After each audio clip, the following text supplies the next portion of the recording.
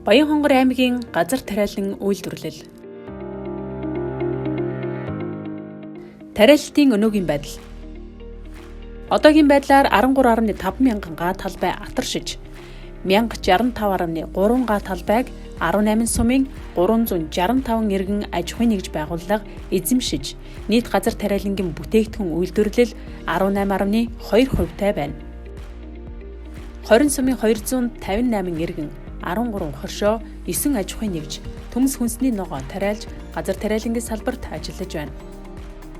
Аймгийн хэмжээнд 210 га талбайд төмс, 110 га талбайд хүнсний ногоог тариалж 2700 тонн ургац хураа авч байгаа нь нийт 88.6 мянган хүн амын төмсний хэрэгцээг 52.1%-аар, хүнсний ногооны хэрэгцээг 11%-аар тус хангаж, үлдсэн хувийг гаднаас худалдан авч гарал үүслэн тодорхойгүй хүнсний бүтээгдэхүүнийг хэрэглэсээр байна.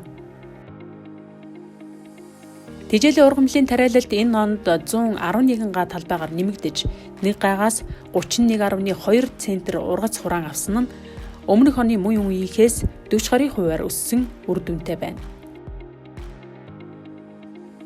Аймгийн хэмжээнд техник тоног төхөөрөмжийн хангамж 15%-тай байгаа бөгөөд үүнд зүтгэх хүчний трактор 14, хөдөө аж ахуйн чиргүүл дүүжин машин 32 тус бүртгэгдсэн хэдий ч дийлийнх нь хуучирч муудсан байна.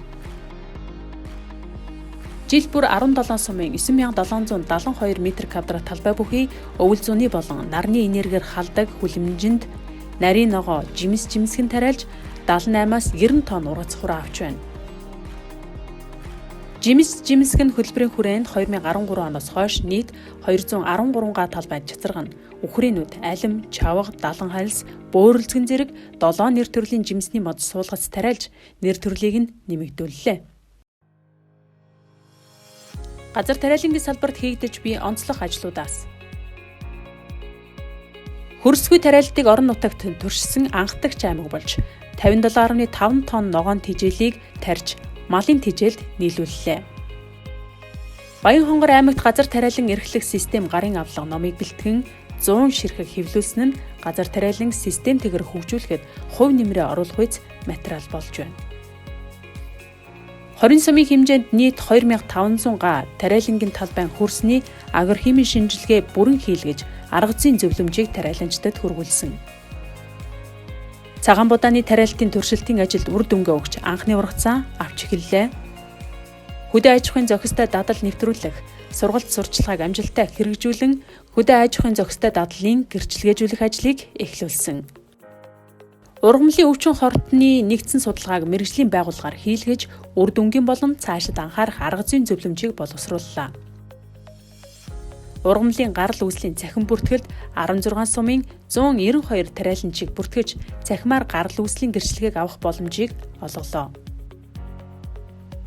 Өрхийн тариалан хөдөлгөөнийг өрнүүлэн болцот уралдааныг жил бүр уламжлал болгон зарлаж, өрхийн хүнсний хэрэгцээг өөрсдийн боломжоор хангах зорилтыг хэрэгжүүлж байна.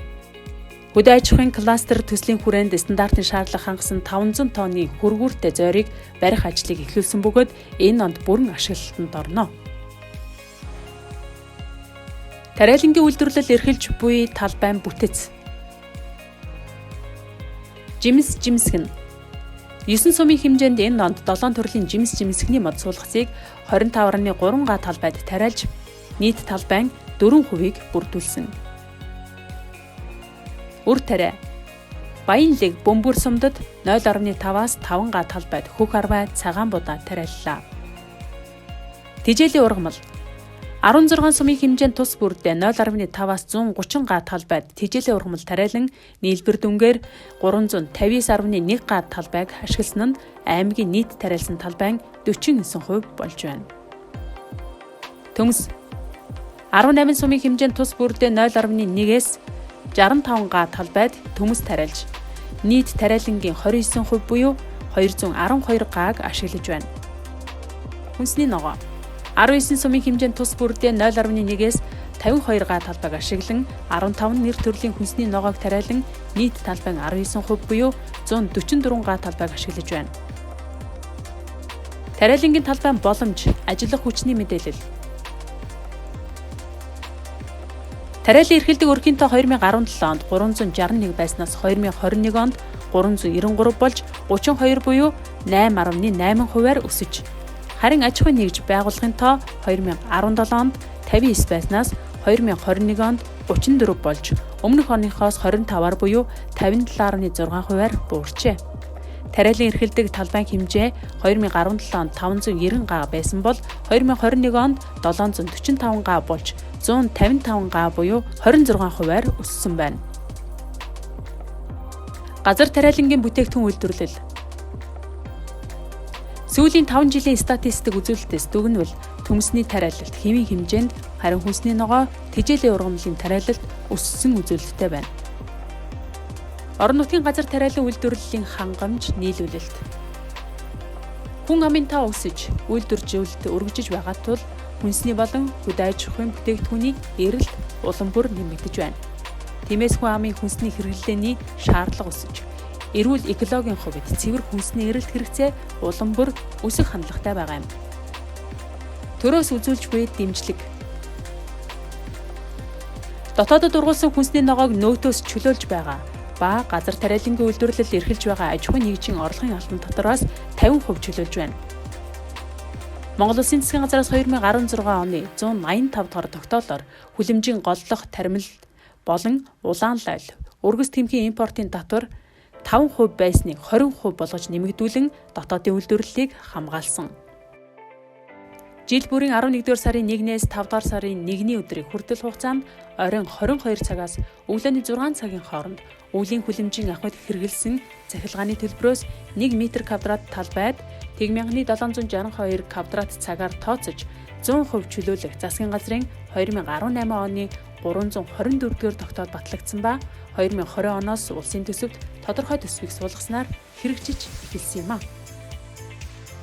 Жил бүрийн улсын төсвийн хөрөнгө оруулалтаар тодорхой хэмжээний зуны нийлэх халсан хүлэмж, техник тоног төхөөрөмж нийлүүлж 30% урьдчилгаатай 4-9 жилийн хүүгүй зээлээр олгож байна.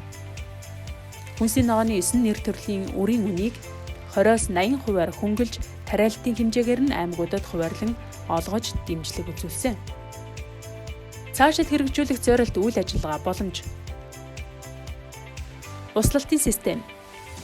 Дэлхийн дулаарлаас шалтгаалan ус чийг хомсдож байгаа тул услалгааны шинэ техник технологи ашиглах, бороожуулагч, туслын болон намираа услалтын системийг зээл тусламжаар авах боломжийг судлах.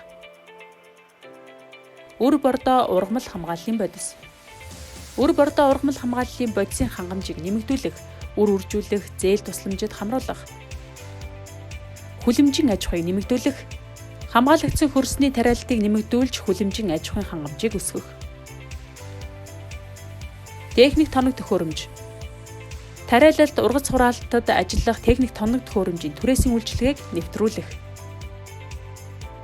Хөрсний үржил чим сайжруулах. Хөрсний үржил чимийг сайжруулах хамгаалах арга хэмжээг авч бага талбайгаас ариун ургац авах. Хөдөө аж ахуйн зохистой дадал. Хөдөө аж ахуйн зохистой дадлыг нэвтрүүлснээр эрүүл аюулгүй төмс хүнсний ногоог иргэдэд хүргэх эдийн засгийн өргөөжийг нэмэгдүүлэх боломжтой юм. Хүнсний ногоог хатаах, хөлдөөх, ангилан савлах, даршлах зэргээр нэмэн үртэх шингэсэн эрүүл ахуйн шаардлага хангасан хүнсний бүтээгдэхүүнийг бэлтгэн нийлүүлэх. Өвөл зуны хүлэмжийн тоог нэмэгдүүлж, урхийн тариалан хөгжүүлснээр хүнсний нарийн ногооны хангамжийг нэмэгдүүлэх боломжтой юм а. Малын тэжээлийн нөөц бүрдүүлэх нөөц боломж. Хил залгаа Өр хангай аймгийн Хайрхан дулаан сумын 2 дугаар багийн малчин 3 гэр бүл хамтран өвөлжөө болон өвөлжөөний ойр орчмын газраа хашаалан малын тэжээл тарьж арвин их ургац хурааж авсан байгаа нь малчин өрх бүр тэжээллэг чанартай малын тэжээлээ өөрсдөө бэлтгэх бүрэн боломжтойг харуулсан сайн туршлага болж байна.